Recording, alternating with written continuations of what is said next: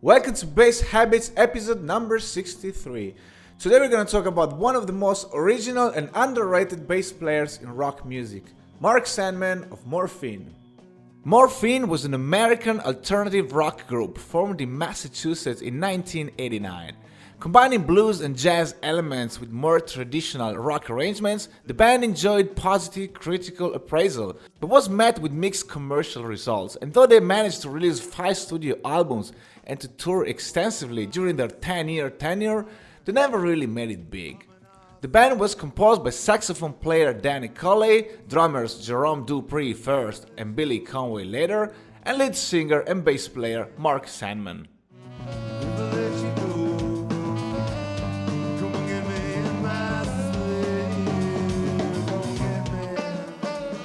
Without considering songwriting choices from a mere sonic standpoint, Morphine's unique and unusual sound was mainly due to 2 elements. First, the absence of the guitar, the traditional cornerstone of rock music, and second, the eccentric sound of Sandman's bass guitar. So what makes Mark Sandman such a standout player? First of all, the bass. Mark was one-of-a-kind musician, and so were his instruments, extensively altered and sometimes built by hand. His trademark instrument was a premier bass with only 2 strings, D and a G, mounted in the center of the neck to keep the tension balanced. Sandman also used a unitar, named after the 1-string instrument in an American blues tradition, and a tritar, a custom bass that mounted 1 bass strings and 2 guitar strings, but for the most part it's a 2 strings premier. By sticking to the 2 lighter strings, the resulting sound was something in between a bass and a guitar, with a lot more definition compared to a regular bass.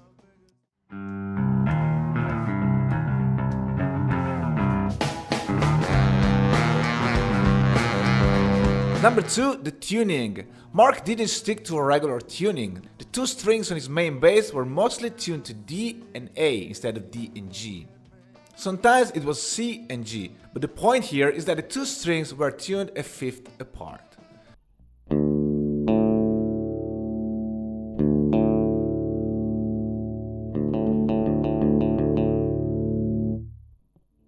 The fifth is one of the easiest intervals for humans to learn to sing, meaning it's a strong and easily learned musical interval that most people can learn to hear relatively quickly.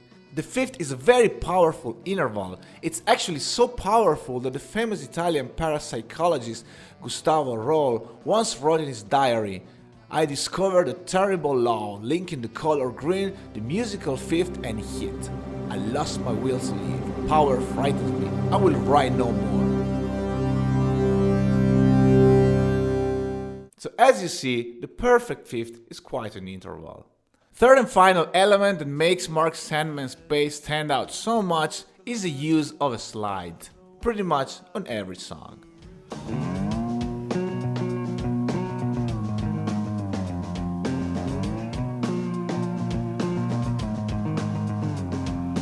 This is episode number 63 and it's the first time I hear of a bass guitar play with a slide, let alone on every song. The only down part is that the pitch was far from perfect, but whether we like it or not, the non-perfect pitch is another key element. Now, if you hit the 2 open strings at the same time, you practically get a power chord.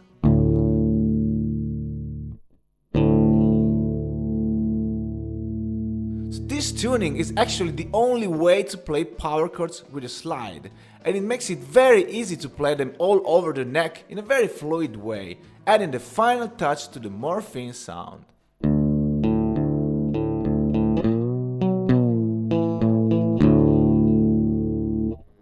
And that is the foundation of Morphine. Such a simple concept, yet Mark managed to get 5 albums out of it.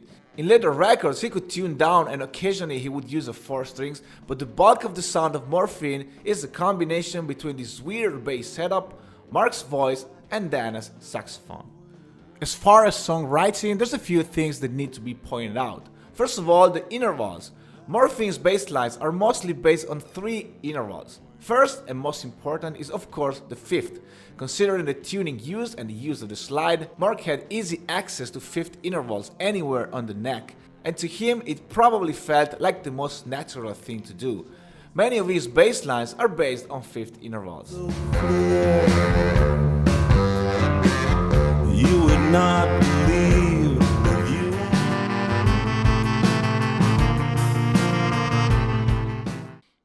second interval is the octave.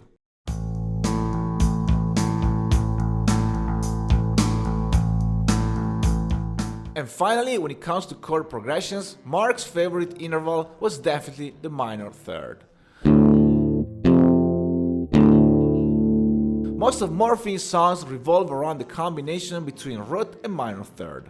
Given the tuning, most of the time is D minor and F to take advantage of the open strings.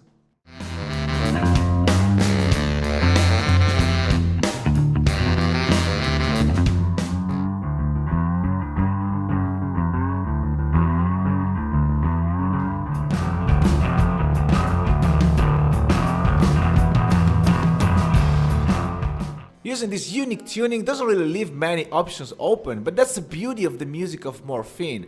Hypnotic and repetitive bass lines that often revolve only around one note.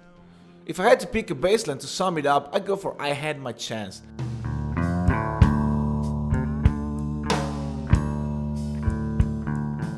The not one of Morphine's most known pieces, this for me is the quintessential Mark Sandman, as it uses 5th, octave and minor third interval.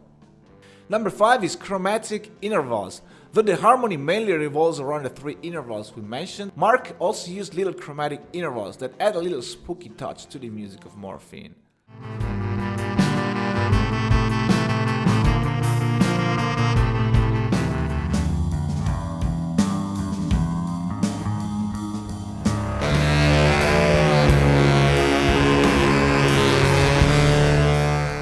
Number 6. Ghost notes. Especially when playing live, Mark made a large use of ghost notes to support his vocals, mainly during verses. Thursday in the afternoon, for a couple of beers and a game of pool.